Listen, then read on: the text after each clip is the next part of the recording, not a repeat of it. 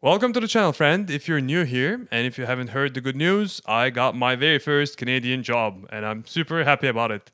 And in this video, I'm going to share with you how I did it and what I learned in the process. Some background information. I moved to Canada a little less than a year ago. A few months in, I started looking for a job. After 2 or 3 months of seriously applying, I landed my first job. Well-established company, super happy about it. And big surprise, it wasn't on LinkedIn. If you're looking for your next position on LinkedIn, sending applications here and there, not hearing back from employers or getting useless intro meetings, well, guess what? You might be going at this the wrong way. And I'll share with you in a minute why. And as relatively new to the Canadian job market, I was able to observe some things that are very specific to here. And I'll tell you how I use them to my advantage so that you can do the same thing too.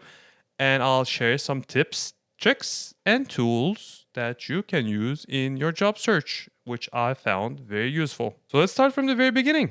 When I started applying, the first thing I did was to build a tracker. This was in the form of a Google Sheet and a Google Drive, where I kept track of every position I've applied to and put my statement of purpose, CV that I created for that job on the drive. Why is this important? Well, number one, it will give you a sense of progress. And believe me, when you're applying for jobs, that is really helpful.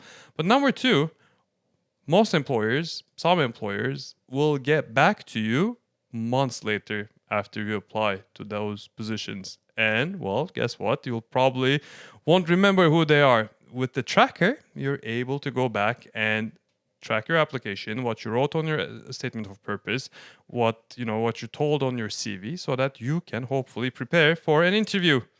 I've added my Google Sheet down in the links. It's 100% free. You can just go in, copy it for yourself, and start filling it. It's simple but very effective, efficient. And in return, you can thank me by giving this video a thumbs up, maybe subscribing to the channel.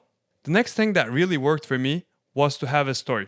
And this is not only true for Canada, but anywhere in the world. You need to treat yourself like a startup and have an elevator pitch.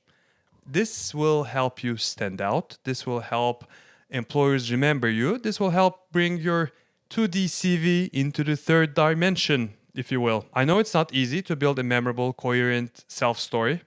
This is mostly because, well, our careers don't necessarily follow a set planned path, but it's a patchwork of steps that we take based on opportunities that are presented to us.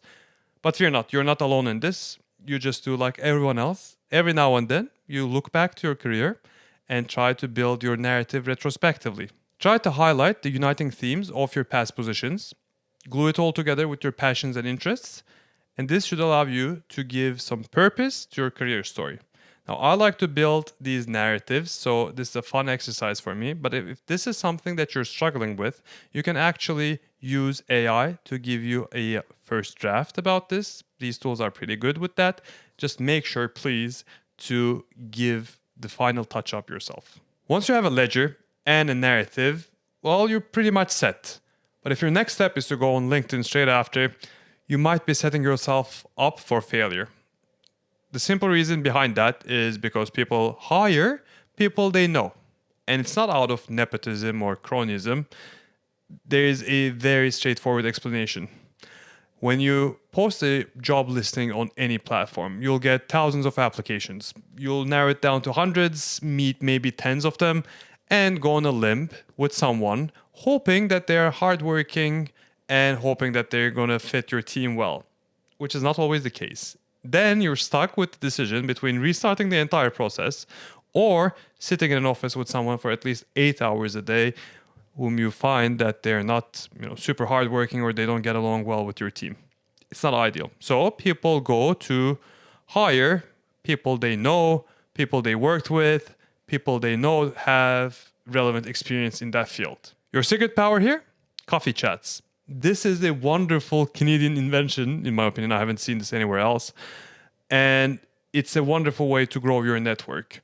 You can just send a cold call message, LinkedIn, email, whatever, to someone at one of your target companies or someone doing a position that you can see yourself in, and ask for 15 minutes of their time to ask questions and to meet them. And they, in most cases, say yes. I normally start these meetings with my pitch. The key here is to make it short. You only have 15 minutes or so don't take up all the time.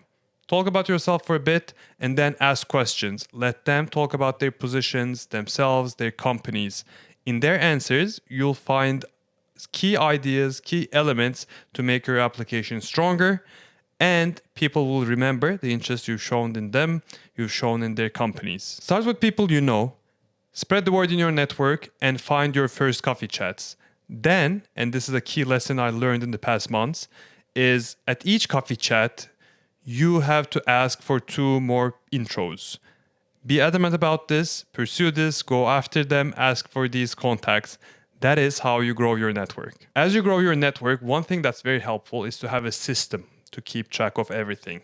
I personally like a mind map model because it helps you track who you meet and then who they introduce you to. You can find simple and free mind maps on Mindmeister. I think they give you up to 3 maps for free. So I'm adding the link below. Just check it out. It's pretty good and you can use it for so many more things. But to keep track of a growing network, I think it's a great tool. The final thing I want to talk about in this video is CV tailoring. Now, this is a divisive topic. Some like to have one CV because that's who they are, and others like to tailor their CVs based on the jobs they're applying to. Now, I find something inherently wrong about asking people to tailor their CVs and statement of purposes for hundreds of jobs. And in most cases, they probably won't hear anything about it and they're not paid to do so. But having been on both sides of the hiring table, I've also learned and discovered that there is something nicer about reading, or something more catchy or memorable about reading a CV, a statement of purpose that responds to your job listing. So I am on the camp of tailor your CVs because it will make you more memorable, but reluctantly because I know it's hard. That being said, one needs to be strategic about these things. This is an area where AI tools can really help you. I've added down in the description an AI prompt that you can use on ChatGPT or whichever is your preferred AI assistant to have them do a first pass tailoring of your CV for a specific job. Now from there, of course, you'll polish it a bit, but hopefully this will help you save a lot of valuable time so that you can keep applying, because at the end of the day, sometimes it comes down to a numbers game. Okay, I know I said final, but I do have a bonus suggestion. This is something I've tried this time for the first time ever in my job application history, is coaching.